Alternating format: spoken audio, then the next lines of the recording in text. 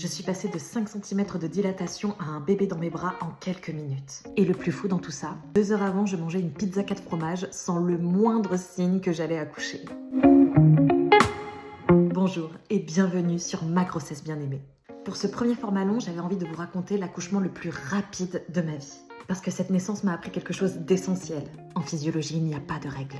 On entend souvent parler du fameux centimètre par heure, de la progression normale, que les choses devraient se succéder dans un certain ordre.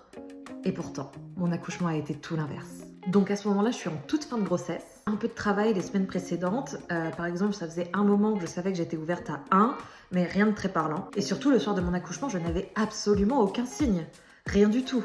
Pas de sensation particulière, pas de contraction bizarre, pas cette sensation de « ça y est, c'est pour aujourd'hui », rien. À tel point que pour le repas du soir, je me suis commandé une énorme pizza 4 fromages. Et quand je dis énorme, ça veut dire que je l'ai mangée en entière, même les croûtes. Donc j'avais aucune perte d'appétit, aucun instinct qui me disait que j'allais rencontrer mon bébé. Donc on va se coucher avec mon mari. Et très peu de temps après, je suis réveillée par une douleur. Je me demande d'abord si j'ai pas rêvé, je me relève. Et là, je sens quelque chose, et puis crac, la poche des os vient de rompre. Donc forcément, j'alerte mon mari, qui s'était même pas encore endormi, on venait vraiment de se coucher. Je préviens ma mère qui devait garder notre fille. Et là, pour le moment, je suis plutôt sereine. Parce que je m'étais préparée à un accouchement physiologique. Et quand on se prépare à un accouchement physiologique, on entend souvent qu'il vaut mieux rester un maximum à la maison. Donc j'avais tout un plan, je comptais me préparer tranquillement, me mettre dans ma bulle, peut-être prendre une douche, enfin vivre les premières heures à la maison. Sauf que mon fils avait manifestement un tout autre projet. Je vais d'abord aux toilettes et là je suis prise de douleurs abdominales très intenses. Sur le moment, je pense sincèrement que c'est la pizza 4 fromages qui passe mal. Je me dis bon, clairement c'était peut-être pas l'idée du siècle, sauf que très vite je comprends qu'il ne s'agit pas simplement de douleurs digestives. Ces vagues deviennent de plus en plus régulières, de plus en plus fortes. Et surtout, je passe directement dans quelque chose de très intense. J'ai pas connu cette phase où tu sens les contractions qui s'installent doucement. J'ai vraiment l'impression d'être passée de 0 à 100. Je sors des toilettes. À ce moment-là, je tente quand même de poursuivre mon plan. Je vais vers la salle de bain, je me dis que je vais prendre une douche. Mais très vite, je me rends compte que je dois m'arrêter très régulièrement pour gérer mes contractions. Je me souviens particulièrement d'un moment où je traversais simplement le couloir de la maison et j'ai dû m'arrêter plusieurs fois pour gérer mes contractions dans ce couloir. Donc là, j'ai regardé mon mari et je lui ai dit « Ok, faut qu'on y aille ». Et à partir de là, tout s'est enchaîné très vite. On avait 3 étages à descendre qui m'ont paru interminables. 15 minutes de route où là, les contractions, elles étaient extrêmement intenses.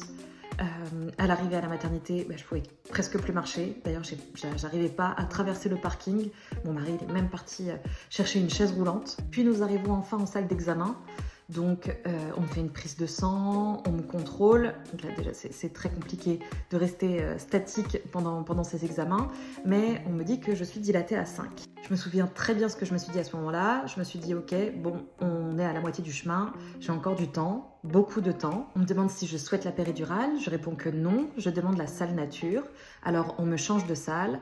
Et là, la sage-femme commence à faire couler un bain.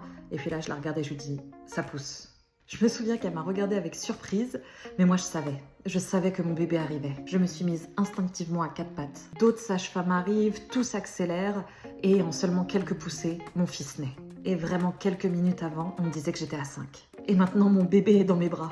J'étais complètement sidérée. Et j'ai juste dit « Waouh, le truc de dingue !» Parce que vraiment, je n'arrivais pas à réaliser la vitesse à laquelle tout s'était déroulé. Ce que je retiens encore aujourd'hui de cette naissance, c'est qu'elle m'a rappelé quelque chose d'essentiel. La dilatation n'est pas linéaire. Chaque naissance a son propre rythme. Chaque femme a sa propre histoire. Et parfois, on peut passer d'une pizza 4 fromages à un bébé dans les bras en quelques heures seulement. Avec le recul, cet accouchement m'a appris quelque chose d'essentiel. On cherche souvent à prévoir la manière dont les choses vont se dérouler, à quelle vitesse ça va se passer, à quelle vitesse le col va s'ouvrir, à quel moment partir. Mais la physiologie ne suit pas toujours les règles qu'on imagine. Cet accouchement m'a appris à faire davantage confiance à mon corps.